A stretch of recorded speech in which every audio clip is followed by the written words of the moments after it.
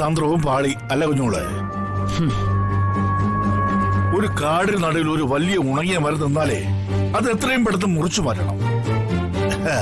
ഇല്ലെങ്കിൽ അത് കാട്ടുതീയായി ആ മരം കാട് മുഴുവൻ കത്തി ചാമ്പലാണ്. ഈ രമാനിലയത്തെ ചുട്ടരിക്കാൻ വന്നവളാ അവളെ, ആ ഐശ്വര്യലക്ഷ്മി.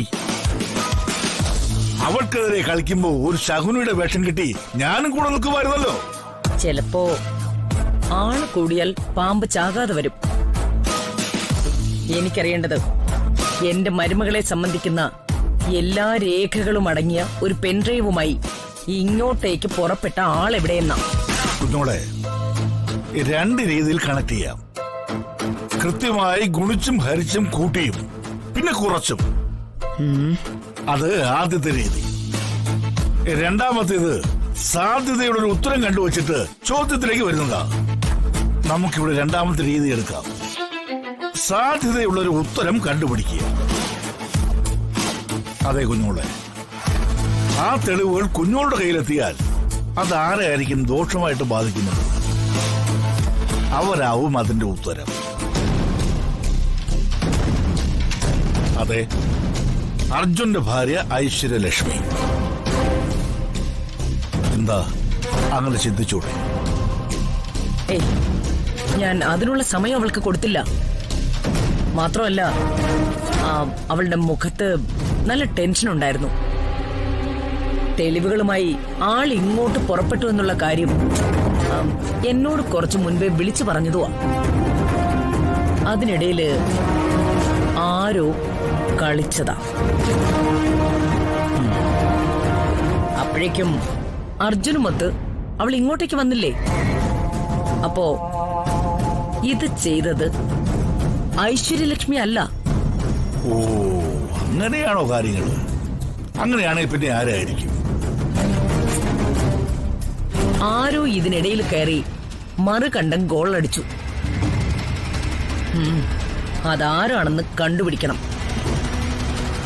കണ്ടുപിടിച്ച പോരാ, ആരായാലും കൊല്ലണം.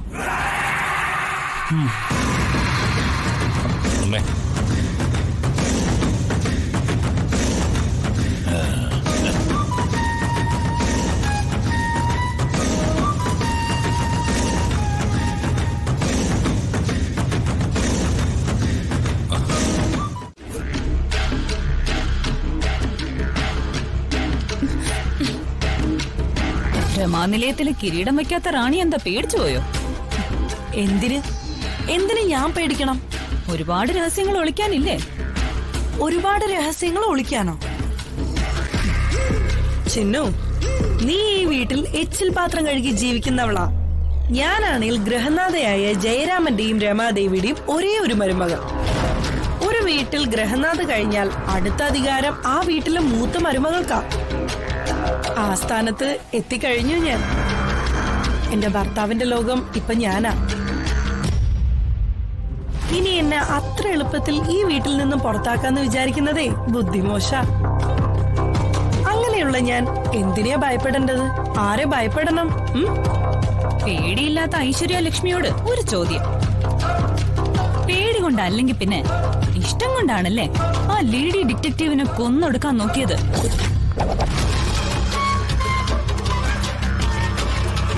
എന്താ ഇപ്പൊ ചെറിയ പേടി തോന്നുന്നുണ്ടല്ലേ?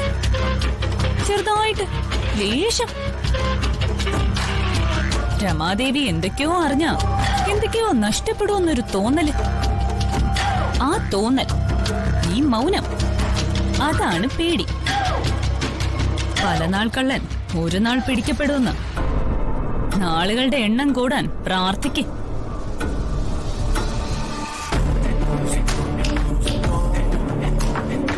എനിക്ക് പേടി ഒന്നിന് മാത്രമേ ഉള്ളൂ.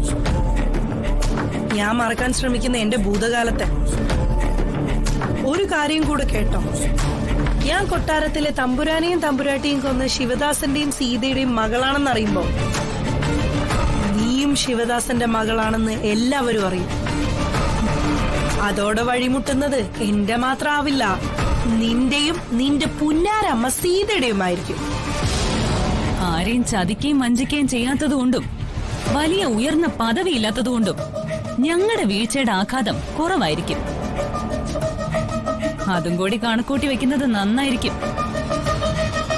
എല്ലാവരെയും എല്ലാ കാലത്തും പറ്റിച്ച് ജീവിക്കാന്ന് കരുതുന്നത് മണ്ടത്തരവാ. ചേച്ചി ഒരു കോമാളിയായി മാറി കാണുന്നൊരു ദിവസം വരും. അത് ഈ ചിന്നു കാണുകയും ചെയ്യും.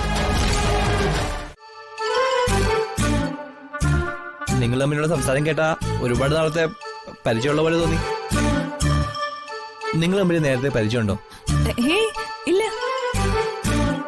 ഐ മീൻ ഇവിടെ ഇതിനു മുമ്പ്, ഇവിടെ വരുന്നതിന് മുമ്പ് ഏതെങ്കിലും വിധത്തിൽ ഒരു പരിചയമില്ല? ഇല്ല. അത് വെറുതെ. അല്ല, സത്യം.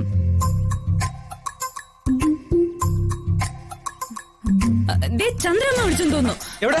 ഞാൻ കേട്ടില്ല. ഞാൻ കേട്ടു. ഞാൻ കേട്ടില്ല. വിളിച്ചു. അടുക്കളയിലെ ഒരുപാട് പണിയുണ്ട്, ഞാൻ പോട്ടെ. ചിന്നു,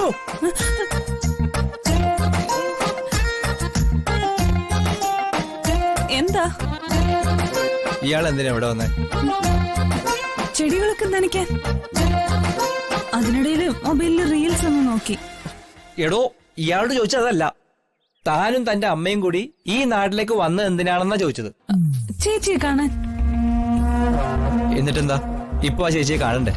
കാണണം. എന്നിട്ടാ ചേച്ചി ഇപ്പൊ എവിടെയുണ്ട്? അത് പിന്നെ അറിയില്ലെങ്കിൽ തന്റെ ചേച്ചി എവിടെയുണ്ടെങ്കിലും ഈ അഡ്വക്കേറ്റ് ഡ്രൈവർ മാഹി കണ്ടുപിടിച്ചു തരും. എന്റെ കൺമുമ്പിൽ നിൽക്കുന്ന ചിന്നുവാണ് സത്യം.